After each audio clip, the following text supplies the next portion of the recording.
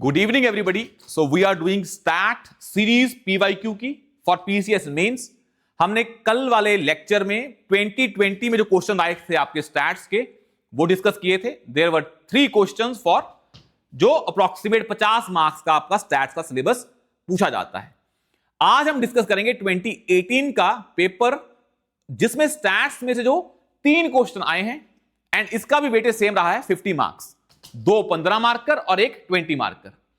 अब एक चीज समझें, जो ये पूरी की पूरी स्टैट की सीरीज हो रही है पीवाईक्यू की, इसका एक सिंपल सा फंडा है कि जो हमने स्टैट की थ्योरी पढ़ी थी इन 17 क्लासेस, उसका एप्लीकेशन जो है वो इस सीरीज में किया जाएगा, ताकि आपने जो ज्ञान इकट्ठा किया है उसका एप्लीकेशन आप मेरे साथ ये क्वेश्चन सॉल्व करते रहें, ताकि आपको कॉन्फिडेंस आए कि इन क्वेश्चन को सॉल्व किया जा सकता है.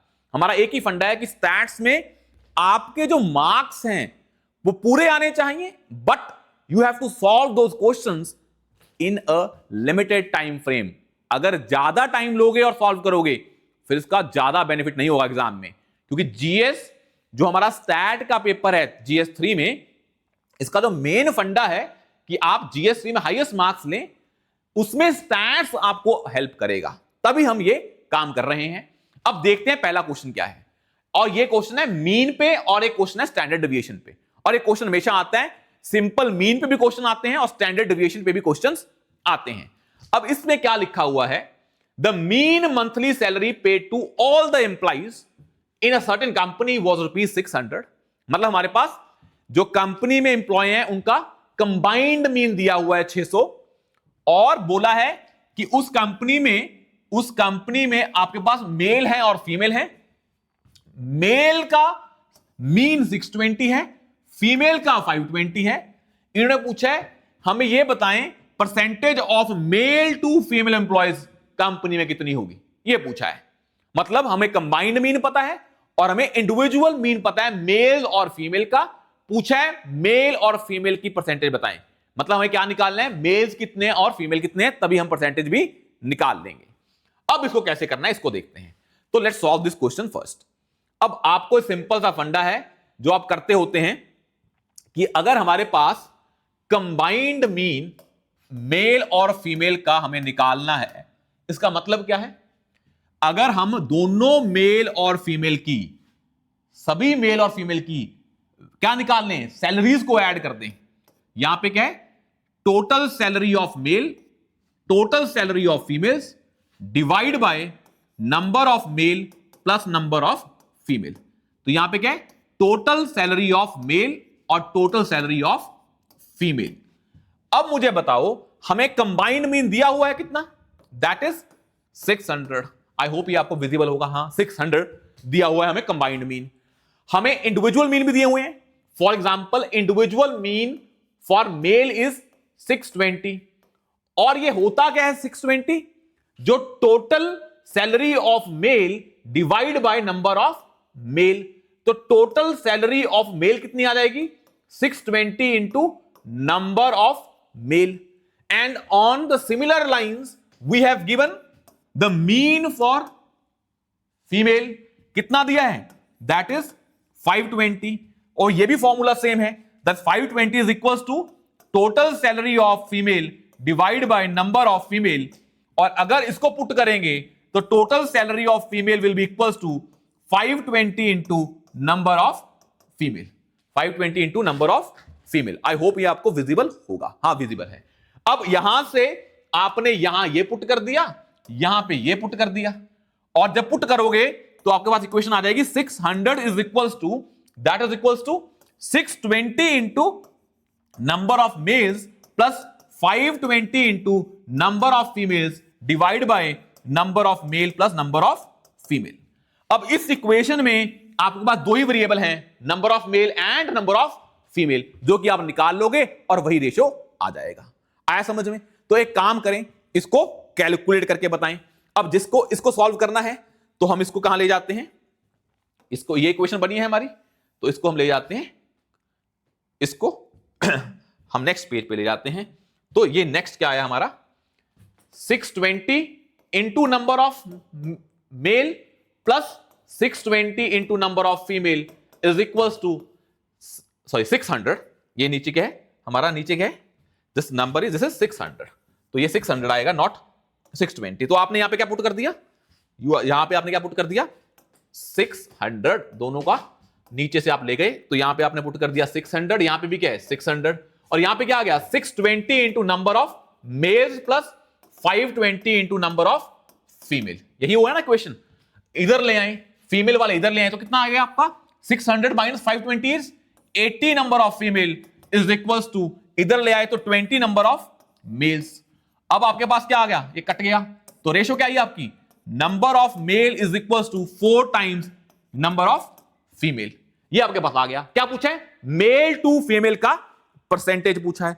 तो आप कैसे निकालेंगे मेल और फीमेल का परसेंटेज, अगर नंबर ऑफ मेल कितने हैं 4 NF और फीमेल कितनी है NF, तो यही हुआ आपका 4 NF और ये NF, और यही रेशो आपको निकालनी है। तो आपके पास ये नंबर आ गया, number of male is equals to 4 times female.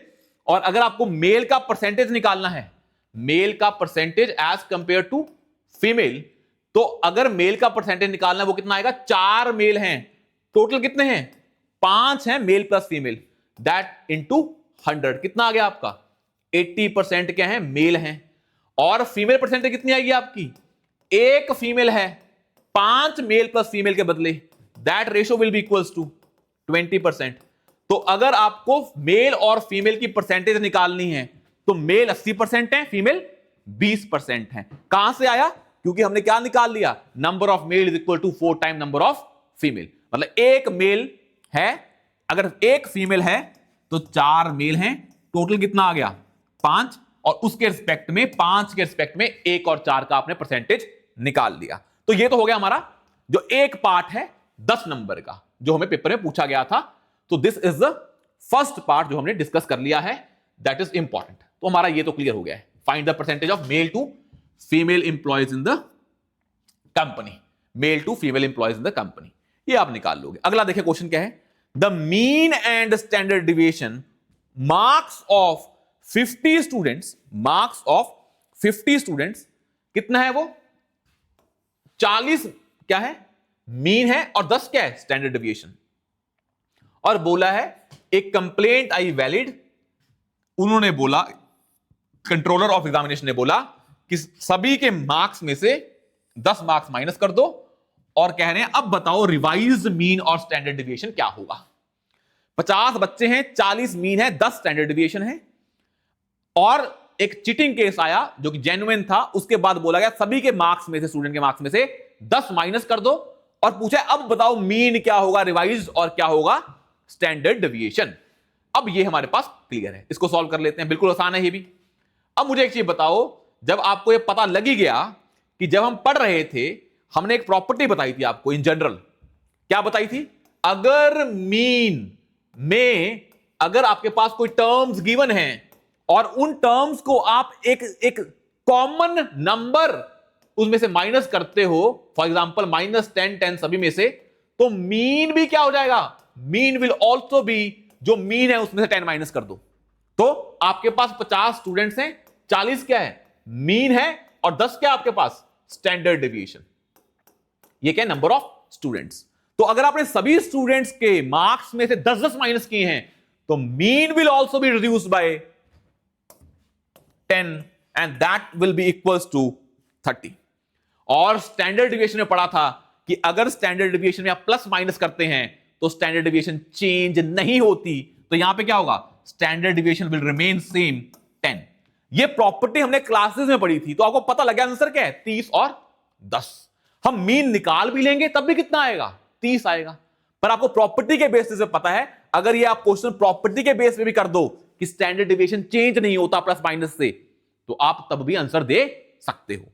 Let's suppose आप करना चाहते हो सॉल्व, तो आपके पास n क्या था 50, मीन क्या था 40, स्टैंडर्ड डिविएशन क्या था 10।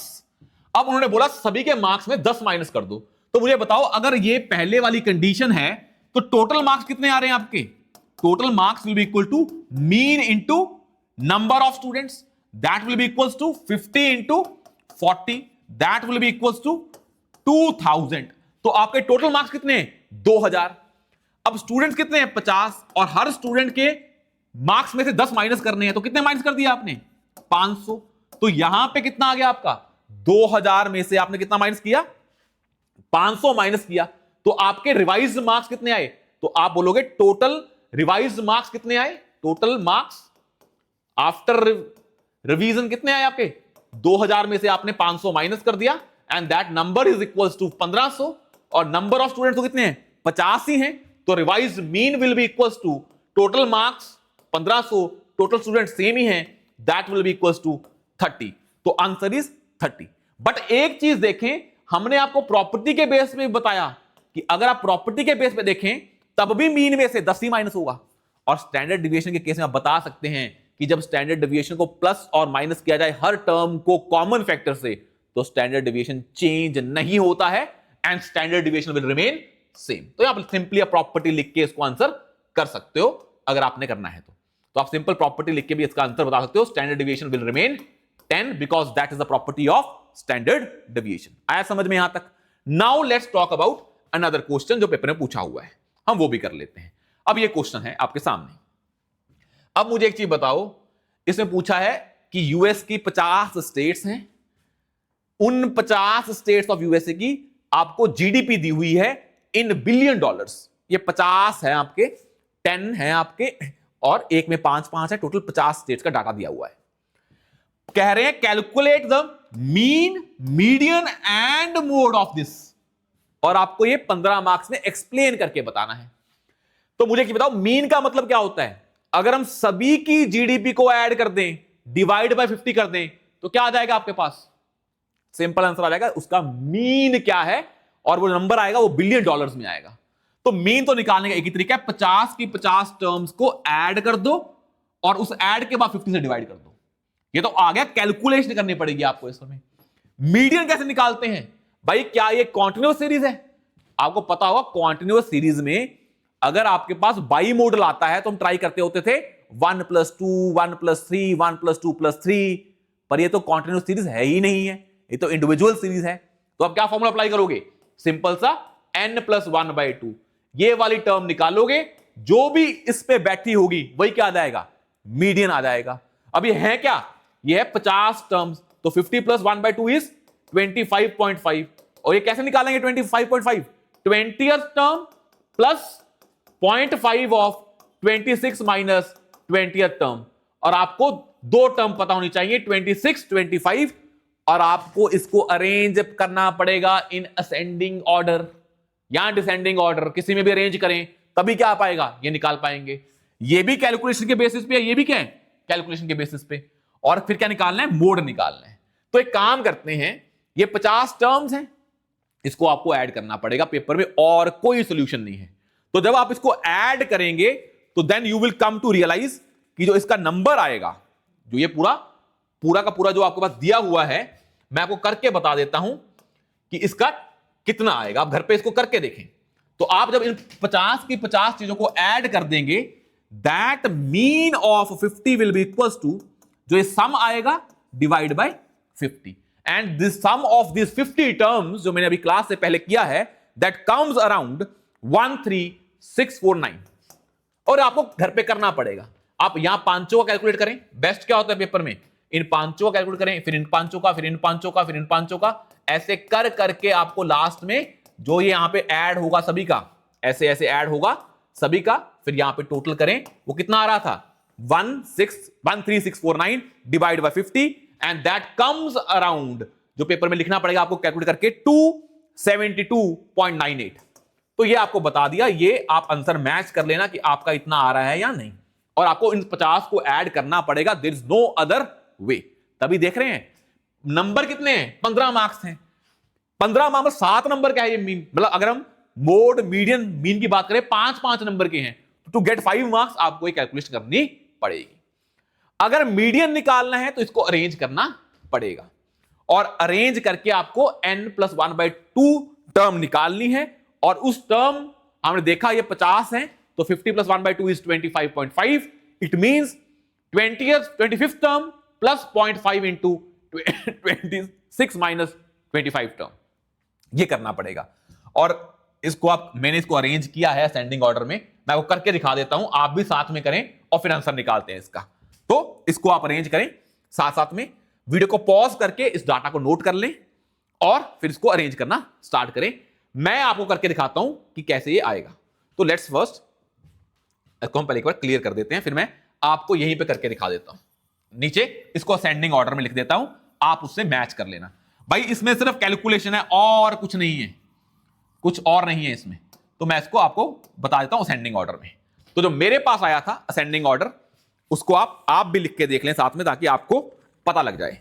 तो जो मैंने किया है वो आ रहा था 25, 28, 32, 34, 34, 45, 47, 48, 51, 57, उसके बाद 58, 60, 62, 76, 80, 89, 95, 106, 117। ये आपको ऐसे करने पड़ेंगे, there is no other way. 106 साथ में कर लें, 117, 127, 129, 129, 127, 129, then it comes out to be 139, 153, 154, 158, 166, then 216, 216। अब मुझे बताओ, ऐसे आप और भी अरेंज कर लोगे? हमें क्या चाहिए टर्म? 25 और 26। तो देखें 1, 2, 3, 4, 5, 6, 7, 8, 9, 10, 11, 12, 13, 14, 15, 16, 17, 18, 19, 20, 21, 22, 23, 24, 25। तो आपके पास क्या आ गया? 24 एंड 25। तो क्या है यहां पे? 25, 28, 32, 34। तो 1, 2, 3, 4, 5, 6, 7, 8, 9, 10, 11, 12, 13, 14, 15, 16, 17, 18, 19, 20, 21, 22, 23, 24, 25, 26। तो 25 और 26 क्या आया? 158 और 166। तो ये 25th टर्म है और ये आपकी 26th टर्म है। तो आपके पास क्या आ गई? 158 और 166। तो क्या आंसर आएगा इसका? अगर मीडियन निकालना हो तो वो कितना आएगा?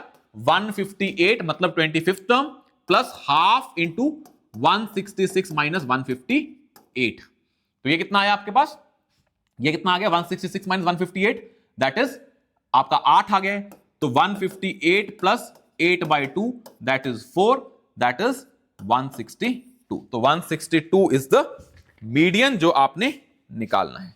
तो 166 minus 158 divide by 2 that comes भी कितना आएगा? ये आ गया आपका 6 और 2 8, और 8/2 इज 4, और ये 158 प्लस 4 162। तो मीडियन आ गया 162 और मीन कितना आ गया था? हमने पहले निकाल लिया था। अब मुझे बताएं, अगर इसको अरेंज करेंगे डाटा को, अब मुझे बताएं इसमें से कौन कौन से नंबर रिपीट हो रहे हैं। मोड क्या होता है? जो चीज बहुत बार रिपीट हो। तो एक तो 34 है जो रिपीट हो रहा है 2 बार, जो यहां पे 34 है। एक नंबर है इसमें जो रिपीट हो रहा है, दैट इज हमने देखा ना यहां 34 2 बार रिपीट हो रहा है। ऐसे एक नंबर है जो 2 बार रिपीट हो रहा है, वो है 216। ये है। इसके अलावा कोई और नंबर नहीं है जो 2 बार रिपीट हो रहा हो। तो आपने देखा ये 2 बार रिपीट हो रहा है और ये भी 2 बार रिपीट हो रहा है।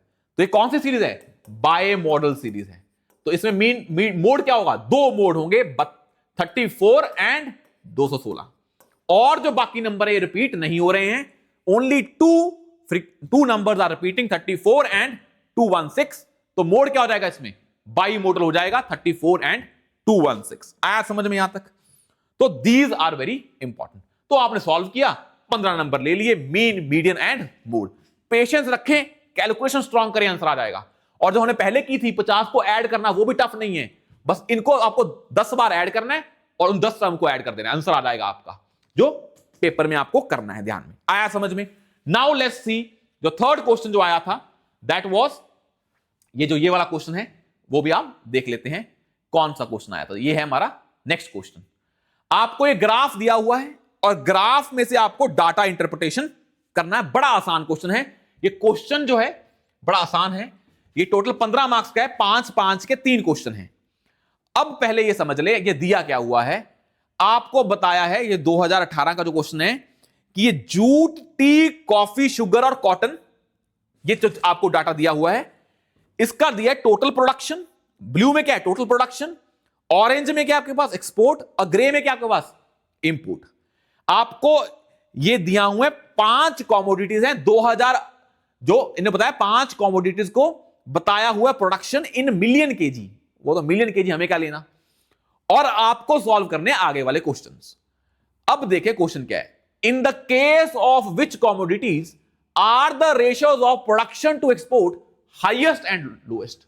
प्रोडक्शन टू एक्सपोर्ट, हम यहां पे गए और हमने देखा प्रोडक्शन टू एक्सपोर्ट पूछा है, हाईएस्ट और लोएस्ट। तो भाई बड़ा आसान काम है ये तो ये क्या है हमारा प्रोडक्शन, और ये क्या है हमारा ऑरेंजेस एक्सपोर्ट्स। तो आपने बोला इसका रेशियो आ रहा है 240/120, कितना आ गया ये 2, यहां पे कितने हैं 170/90, तो 170/90, इसको बताएं कितना आ रहा है, तो दैट विल बी, अगर डिवाइड करें तो कितना आ जाएगा, 2 से कम आएगा 1.88। वैसे ही कॉफी के लिए कितना है 80/30, ये 2 से ज्यादा आ रहा है बिकॉज 2.66, और वैसे ही यहां पे क्या है 220/120, ये लेस देन 2 है तो कितना आया ये 1.83, और वैसे ही ये क्या है 160/120, ये तो और कम है 2 से, जो कितना है 1.33। तो भाई उन्होंने पूछा प्रोडक्शन टू एक्सपोर्ट को हाईएस्ट बताएं कहां पे आ रहा है, तो हाईएस्ट कहां पे आ रहा है 2.66, तो आप बताएंगे कॉफी के केस में production by export ratio is highest and lowest in the case of 1.33, तो कॉटन के केस में लोएस्ट है और कॉफी के केस में हाईएस्ट है प्रोडक्शन टू एक्सपोर्ट रेशियो। आया समझ में यहां तक? तो आपको ये करके दिखाना है बस कैलकुलेशन, मैंने तो यहां पे करके दिखा दी, आपको पेपर में पूरा लिख के दिखाना है। तो पहले का आंसर क्या आया, ये आया। अब मुझे एक चीज बताएं, जब आपने निकाल लिया है, अगर मैं आपसे एक और क्वेश्चन पूछा जाए, इसका जो सेकंड पार्ट है वो क्या है मैं बता देता हूं आपको।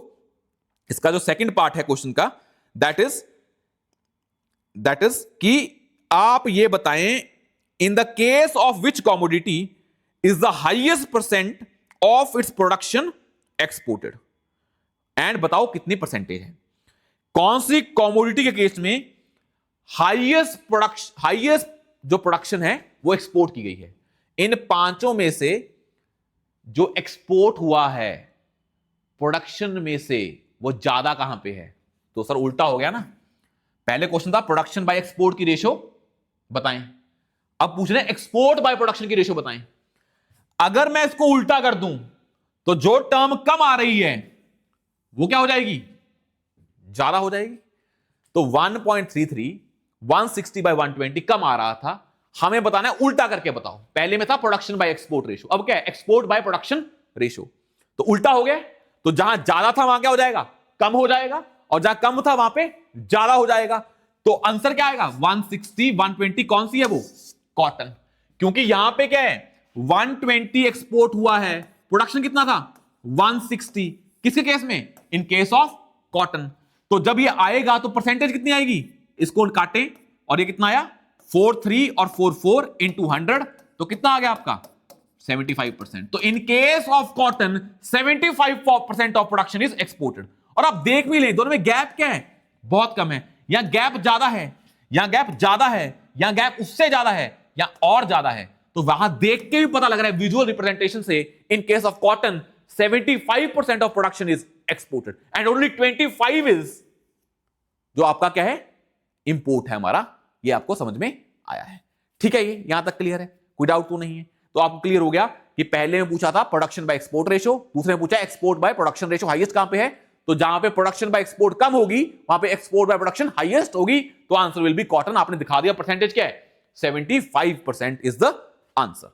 अब नेक्स्ट क्वेश्चन क्या था इसमें, उसको देख लेते हैं। What is the next question, तो हम इसको डिलीट कर रहे हैं। नेक्स्ट क्वेश्चन देखिए क्या था। क्वेश्चन है by which quantity the export of sugar should be increased, हम कितनी क्वांटिटी से एक्सपोर्ट बढ़ाएं किसका, शुगर का, so that difference between its production and export is 2.5 times of its import. तो काम खत्म है भाई, इन्होंने बोला है कि शुगर का कितना एक्सपोर्ट बढ़ाएं ताकि उसका जो प्रोडक्शन और एक्सपोर्ट का डिफरेंस है वो कितना हो जाए 2.5 टाइम्स ऑफ इंपोर्ट। तो पीछे आओ और यहां पे सॉल्व कर लो। क्वेश्चन क्या कह रहे हैं, शुगर के केस में जो हमारा ये शुगर है, इन दिस केस वो कह रहे हैं हम शुगर का एक्सपोर्ट कितना बढ़ाएं, मान लो एक्स बढ़ाएं, ताकि उसका जो प्रोडक्शन और एक्सपोर्ट है 220 माइनस दिस वो कितना हो जाए 2.5 टाइम्स ऑफ इंपोर्ट, वो कितना है 20।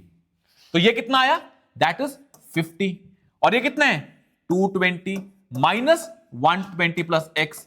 तो x कितना करूं भाई कि डिफरेंस कितना आ जाए 50 आ जाए, तो x शुड बी 50, तभी तो कितना होगा ये 170, ये कितना होगा 220, तभी कितना आएगा डिफरेंस 50, तो x शुड बी 50। तो हमें जो एक्सपोर्ट ऑफ शुगर 50 बढ़ाना पड़ेगा in terms of billion KG, तभी उसके प्रोडक्शन और एक्सपोर्ट में डिफरेंस कितना आएगा 2.5 times of import of sugar.